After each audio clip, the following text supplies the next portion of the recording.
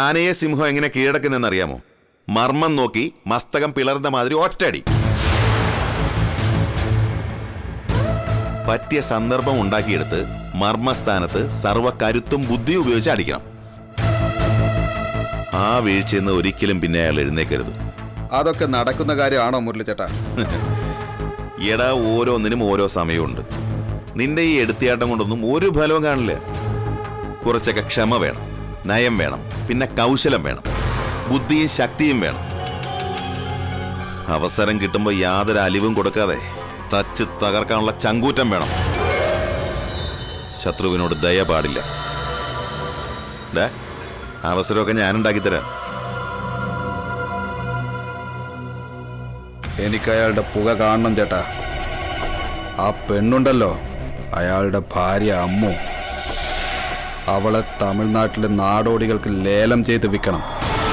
പിന്നെ ശിവജി, അവൻ കയ്യും കാലുമില്ലാതെ തറയിൽ കിടന്ന് ഇഴയണം.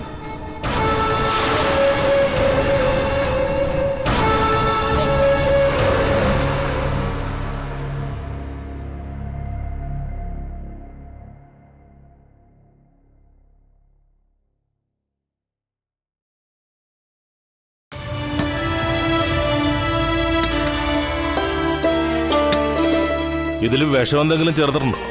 ഇല്ല. അല്ല, കുറച്ച് ചേർത്തുകൂടായിരുന്നോ? നീ എന്തായി പറയുന്നേ? അല്ല, ചായ കൊണ്ടുവന്ന മുഖഭാവം കണ്ട അതേ തോന്നുന്നു. ഒരു സന്തോഷമൊക്കെ വേണ്ടി ചേച്ചി മുഖത്ത്. ഇതൊക്കെ ഗതികേടുകൊണ്ട് ചെയ്യുന്നല്ലാതെ സന്തോഷിച്ചിട്ടാണോ? തുറന്നു പറഞ്ഞത് ഏതായാലും നന്നായി. ഇത്തിരി കുറ്റബോധവും വിഷമവും നന്നാവാനുള്ള മനസ്സൊക്കെ ഉണ്ടായിട്ടുണ്ടാവുമെന്നാ ഞാൻ കരുതിയേ.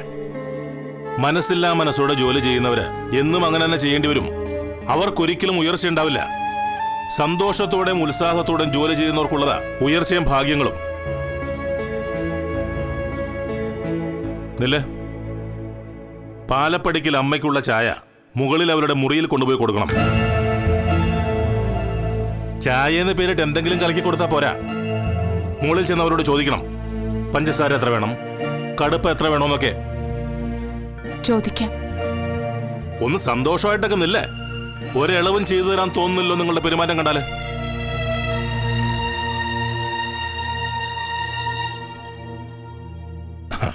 ഇടയ്ക്കിടയ്ക്ക് ഇങ്ങനെ ഒരു ഡോസ് കൊടുത്തില്ലെങ്കിൽ അവർ കഴിഞ്ഞതൊക്കെ മറന്നുകളയും.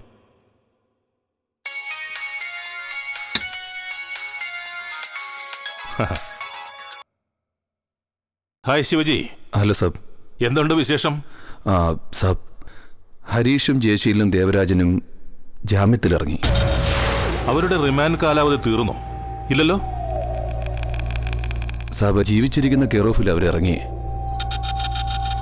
ആരാ അവർക്ക് ജാമ്യം എടുത്തു കൊടുത്തേ? ചന്ദ്രമോഹനാണ് സാബ്. അവര് തമ്മിൽ ശത്രുതയിലല്ലായിരുന്നോ? വീണ്ടും ഒത്തുകൂടിയോ? ഒരു രാഷ്ട്രീയ ഇടപെടൽ ഉണ്ടായിട്ടുണ്ട് സാബ്. ഒരു പാർട്ടി നേതാവ് ഇടപെട്ട അവരുടെ ജാമ്യക്കാര്യങ്ങൾ വേഗത്തിലാക്കിയേ. ഓ, അതയാളായിരിക്കും, ആ മുരളീകൃഷ്ണൻ. നമ്മുടെ ഓഫീസിൽ ഒരു ദിവസം അയാൾ വന്നിട്ടുണ്ടായിരുന്നല്ലോ, സുധയുമായുള്ള വസ്തു ഇടപാട് ഇളവ് ചെയ്യണമെന്ന് പറയാനായിട്ട്. അയാൾ തന്നെയാണെന്ന് തോന്നുന്നേ.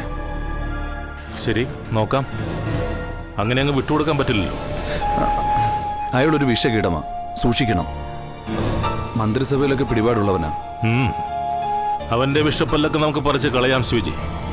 നമ്മളെന്താ കയ്യും കിട്ടിയിരിക്കണോ? സാബ്, മേം സാബ് സുഖമായിട്ടിരിക്കുന്നു. എന്റെ അടുത്തിരിപ്പുണ്ട്, ഞാൻ കൊടുക്കാടോ.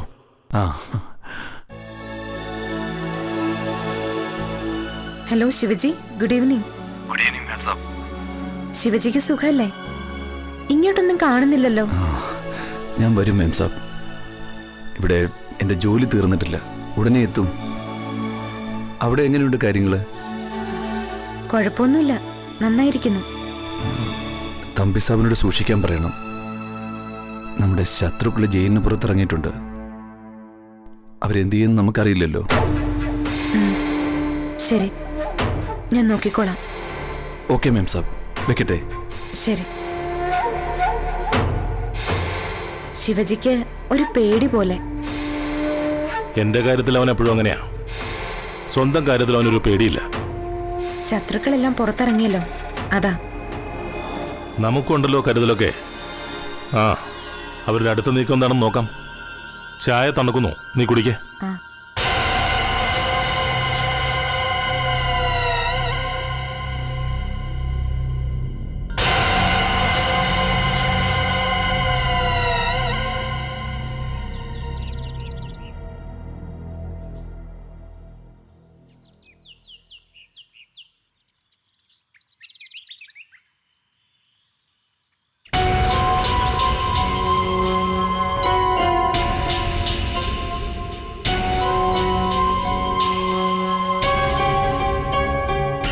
അതെ, ഒന്ന് അമർത്തി തുടച്ചാട്ടെ. കാറിന് വേദനിക്കുമ്പോ എനിക്ക് വേദനിക്കുന്നു, ഒന്ന് പതുക്കെ മതിയെന്ന് കാറ് പറയും.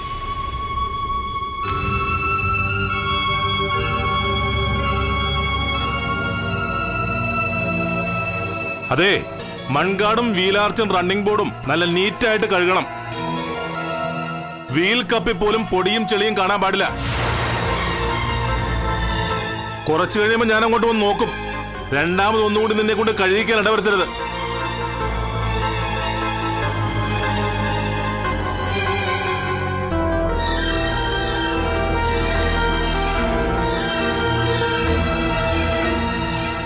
വാ.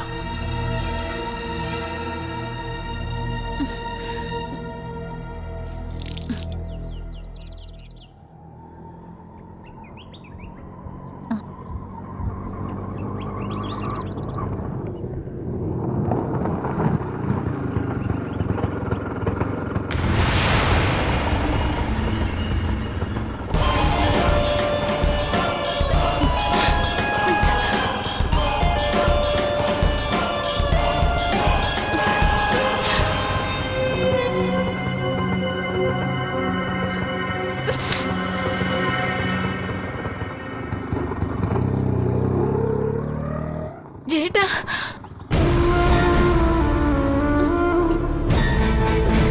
നീ എന്തിനാണ് കരയുന്നേ? തമ്പിയങ്ങള് തിരിച്ചു വന്നു ചേട്ടാ. ജയിലിൽ വെച്ച് ഞാൻ അറിഞ്ഞായിരുന്നു. അവള് വന്നിട്ടുണ്ട്, ആ അമ്മു.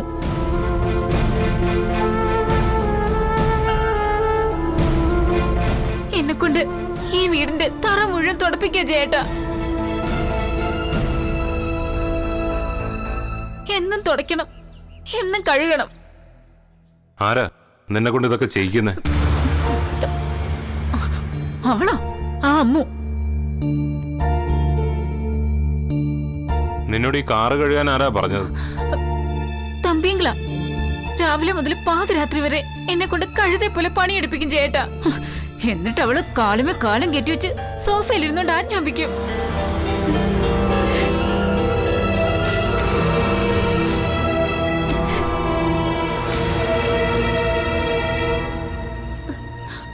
അമ്മ എവിടെ? അമ്മയെ കൊണ്ടാ അവൾ അടുക്കള ജോലി മുഴുവൻ ചെയ്യിക്കുന്നെ. അമ്മ കറിഞ്ഞോണ്ട് അതൊക്കെ ചെയ്യുന്നെ. ഒരു ദിവസം ജോലി ചെയ്തത് അമ്മ തല ചുറ്റി വീണു. എന്നിട്ടാരും തിരിഞ്ഞു നോക്കിയത് പോലുമില്ല. അത്രയ്ക്കായോ അവള്? നീ ഇനി ഇവിടെ ഒരു ജോലിയും ചെയ്യണ്ട, നിർത്തിയേക്ക്.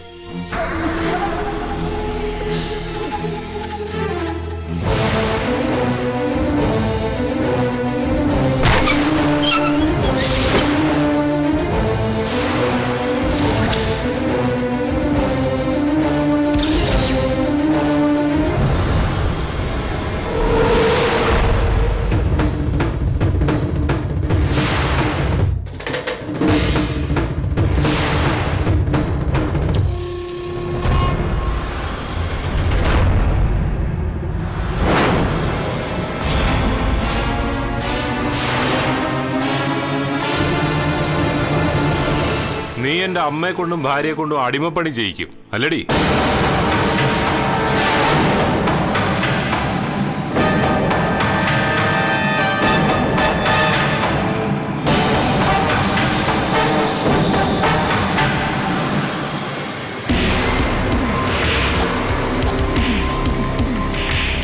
എവിടെയാടി എന്റെ അമ്മ? പറടി. നിന്റെ അമ്മയെ നീ എന്നെ ഏൽപ്പിച്ചിട്ടാണോ പോയത്? ഞങ്ങൾ ജയിലിൽ നിന്ന് ഇറങ്ങില്ല എന്ന് വിചാരിച്ചോടി പണ്ണ മോളെ.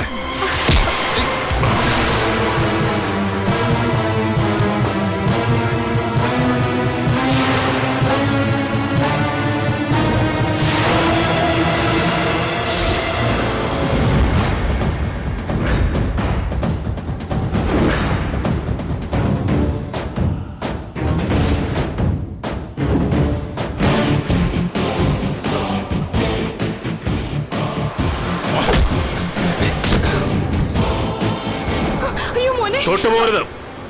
അവിടെ നിന്നാ മതി, ഒരടി മുന്നോട്ട് വെക്കരുത്.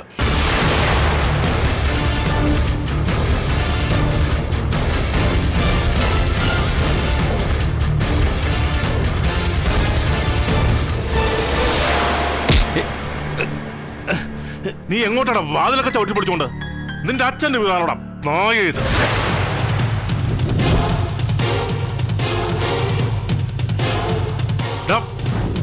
ഈ നിൽക്കുന്ന ആരാണെന്ന് നിനക്ക് അറിയാമോടാ? എന്റെ ഭാര്യ. നീ എന്താടാ അവിടെ വിളിച്ചേ?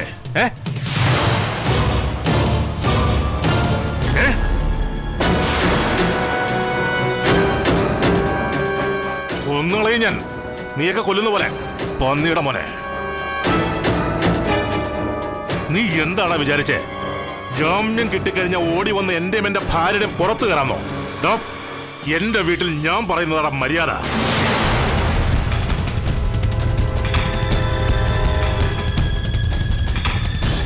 ചെല്ലടാ നിന്റെ അമ്മയുടെ അടുത്തേക്ക്.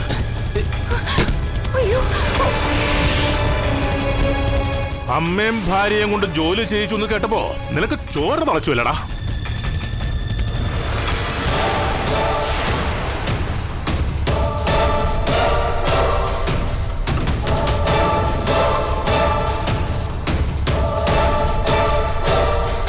നീ എന്താടാ അവിടെ നിന്ന് കളഞ്ഞേ?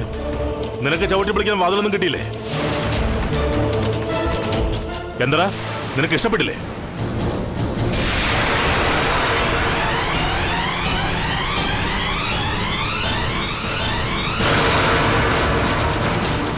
നിന്നോട് കാറ് കഴുകാൻ പറഞ്ഞിട്ട് കഴിയോടി?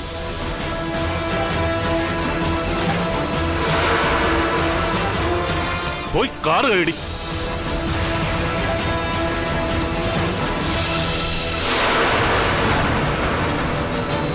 പെറ്റ തള്ളയെ കാണാമെന്നാണെങ്കിൽ ചെന്ന് കാണടാ. അംഗം ജയിച്ച് വീരശൃംഖലയും വാങ്ങി വന്നതല്ലേ? അമ്മ എല്ലാം കണ്ടൊന്ന് അഭിമാനിക്കട്ടെ. ചെല്ല്.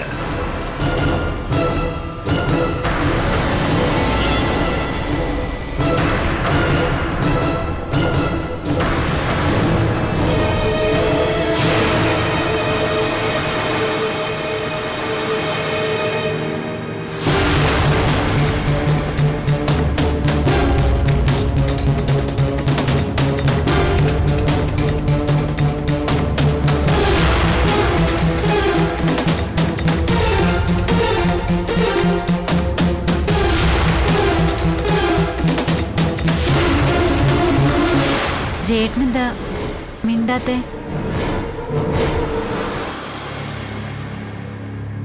ചേട്ടൻ തന്നെ പറ. അയാളുടെ തല്ലും കൊണ്ട് ആട്ടും തുപ്പും കേട്ട് അടിമപ്പണിയും ചെയ്ത് ഇവിടെ തന്നെ കിടക്കണോ പട്ടികളെ പോലെ? നീ പറയടി എന്ത് ചെയ്യണോന്ന്. പറയട്ടെ? ഓ പറ. പറയുന്ന പോലെ ചെയ്യോ? അത് കേട്ടിട്ട് തീരുമാനിക്കാം. ഇപ്പൊ തന്നെ ഇവിടുന്ന് ഇറങ്ങണം. ഈ വീട്ടിൽ ഇനി നമ്മൾ ഒരു ദിവസം പോലും താമസിക്കാൻ പാടില്ല.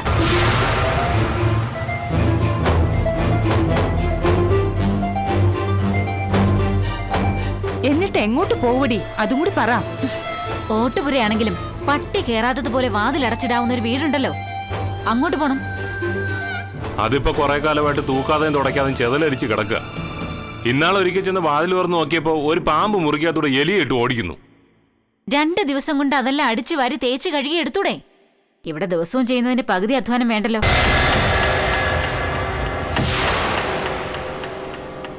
ദേവ, നീ എന്ത് പറയുന്നടാ? ഇവിടെ താമസിക്കുന്നതിനോട് എനിക്കും വലിയ യോജിപ്പൊന്നുമില്ല. അതേ ഞാനും പറയുന്നുള്ളൂ. ഇവിടെ ഇനിയും താമസിച്ച അയാളും മറ്റവളും കൂടെ നമ്മളെ മൂക്കുകൊണ്ട് ഇക്ഷ ഇങ്ങ ഇണ്ട ഇഞ്ച ഇതൊക്കെ വരപ്പിക്കും.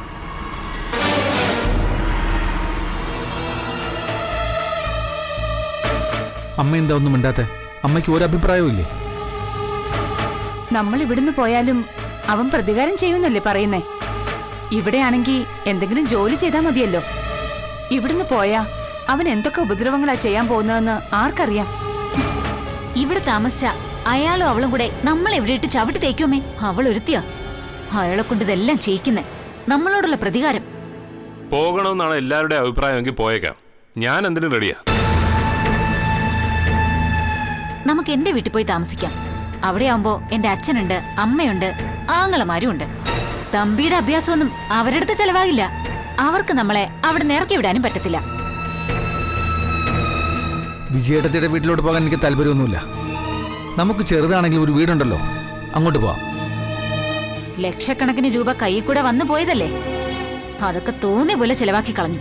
ഒന്നും വേണ്ട, ആ ഹരീഷിന് കൊടുത്ത 20 ലക്ഷം ഉണ്ടായിരുന്നെങ്കിലേ ഇന്ന് വീട് നമുക്ക് പുതുക്കി പണിയായിരുന്നല്ലോ. എടി, ഇത്രയും വലിയ മാളിക സ്വന്തമായിട്ട് കിട്ടാൻ പോകുമ്പോ ആരെങ്കിലും ആ കോഞ്ഞാട്ട പുര പുതുക്കി പണിയാൻ പോകും? എന്നിട്ടിപ്പോ എങ്ങനെ ഇരിക്കുന്നു? അവസാനം ആ കോഞ്ഞാട്ട പുരയിലേക്ക് പോയി കിടക്കാറായല്ലോ. ആണുങ്ങളാന്ന് പറഞ്ഞ് ചുമ്മാ നടന്നാലൊന്നും പോരാ, കയ്യിൽ കിട്ടിയ അവസരങ്ങൾ മുതലാക്കാൻ പഠിക്കണം. ഇനി പഴയ കാര്യങ്ങൾ പറഞ്ഞ് കുറ്റപ്പെടുത്തിയിട്ടൊന്നും ഒരു കാര്യവുമില്ല. നമുക്ക് ഏതായാലും ഇവിടുന്ന് പോയേ പറ്റൂ. തമ്പിയങ്ങളുടെ ഭാഗത്തു നിന്ന് ഇനി നമുക്ക് നീതി കിട്ടുമെന്ന് പ്രതീക്ഷിക്കേ വേണ്ട. ആ, ഇറങ്ങുന്നെങ്കിൽ ഇപ്പൊ തന്നെ ഇറങ്ങണം. വേഗം അവനവന്റെ സാധനങ്ങളൊക്കെ പിറകെ പാക്ക് ചെയ്യാൻ നോക്ക്. ഞാൻ എൻ്റെ സാധനങ്ങളൊക്കെ എടുക്കാൻ പോവാം.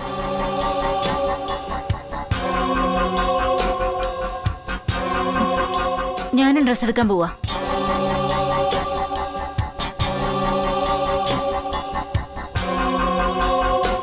അമ്മയ്ക്ക് എന്ത് പറ്റി? അമ്മ എന്താ ഒരുമാതിരി മയിൽക്കുറ്റി പോലെ നിൽക്കുന്നേ? എന്നാലും ഈ വീട് നമ്മൾ എന്തോരം കൊതിച്ചതാ. ഇത് ഉപേക്ഷിച്ച് പോണോല്ലോ നോർക്കുമ്പോ ചങ്കു പൊടിയുവാ. ഇനിയിപ്പൊ ഇവിടെ നിറങ്ങിയ പഴഞ്ചൻ വീട്ടിൽ ചെന്ന് കിടക്കണമല്ലോ, അതെങ്ങനെ സഹിക്കും? അമ്മയ്ക്ക് വയ്യെങ്കിൽ സഹിക്കണ്ട, ഇവിടെ കിടന്നോ, ഞങ്ങള് പോവുക. എടാ, അവിടെ ചെന്നാ എങ്ങനെ ചെലവ് കഴിയുവടാ? നിങ്ങൾക്ക് രണ്ടുപേർക്കും വല്ല ജോലിയും ചെയ്യാൻ അറിയാവോ? ഒന്നും അറിയാത്തവന്മാർക്ക് ആരെങ്കിലും വല്ല ജോലിയും തരുവോ? വല്ല ബാങ്കിന്റെ മുമ്പിൽ ചെന്ന് സെക്യൂരിറ്റി ആയിട്ട് നിൽക്കട്ടെ.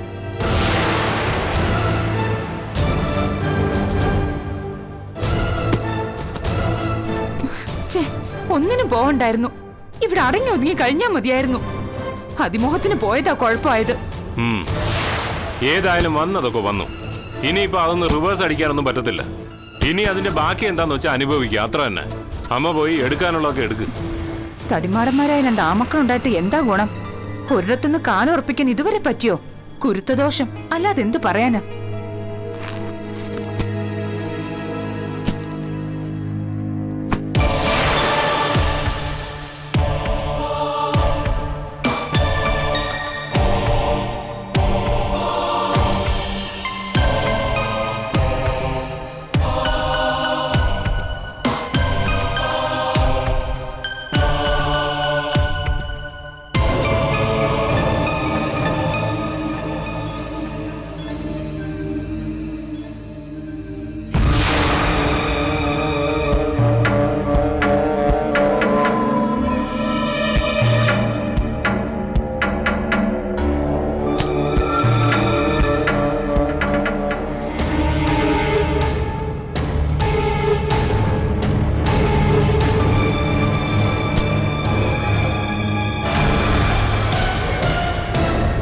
നരേന്ദ്ര, എന്താ ചേച്ചി? ഞങ്ങൾ ഈ വീട്ടിൽ നിന്ന് താമസം മാറുവാ.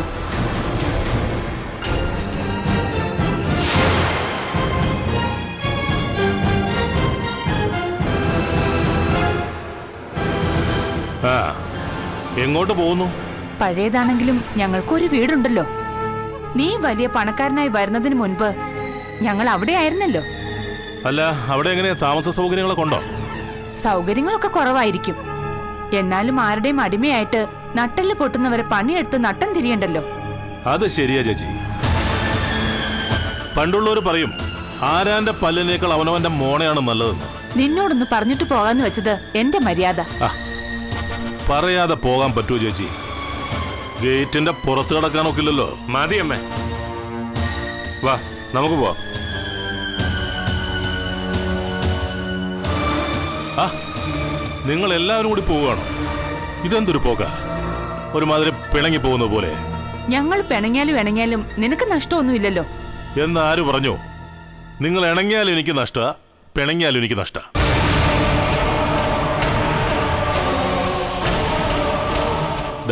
ഞാൻ ആ കണക്ക് നോക്കിക്കൊണ്ടിരിക്കുകയായിരുന്നു. ആ, ഇണങ്ങിയപ്പോൾ ഉള്ള കണക്ക് വായിക്കാം.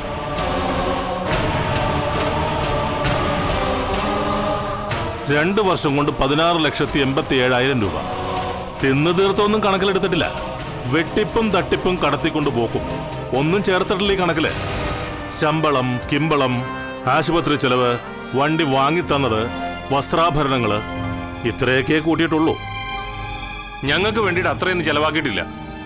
നീ കണക്കെഴുതി വെച്ചിട്ടുണ്ടോ? ഇല്ല. എന്നിട്ടാണോ നീ ഇല്ല ഇല്ല എന്ന് പറയുന്നേ? ഞാൻ കണക്കെഴുതി വെച്ചിട്ടുണ്ടടാ.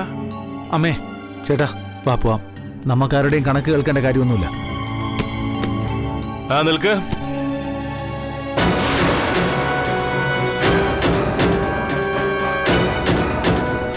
ശരിക്ക് കേട്ടില്ല, ഒന്നുകൂടി പറഞ്ഞേ. ഇവിടെ നിന്ന് ഒരടി നീ അങ്ങോട്ടോ ഇങ്ങോട്ടോ മാറണമെങ്കിൽ എന്നോട് ചോദിക്കണം. എന്റെ വീട്ടിലാ നീ ഇപ്പോഴും കാല് ചവിട്ടി നിൽക്കുന്നോർത്തോ? നിൽക്കുന്ന നിൽപ്പിൽ നിന്റെ 2 കാലും ആണിയടിച്ച് തറയിൽ ഉറപ്പിക്കും ഞാൻ.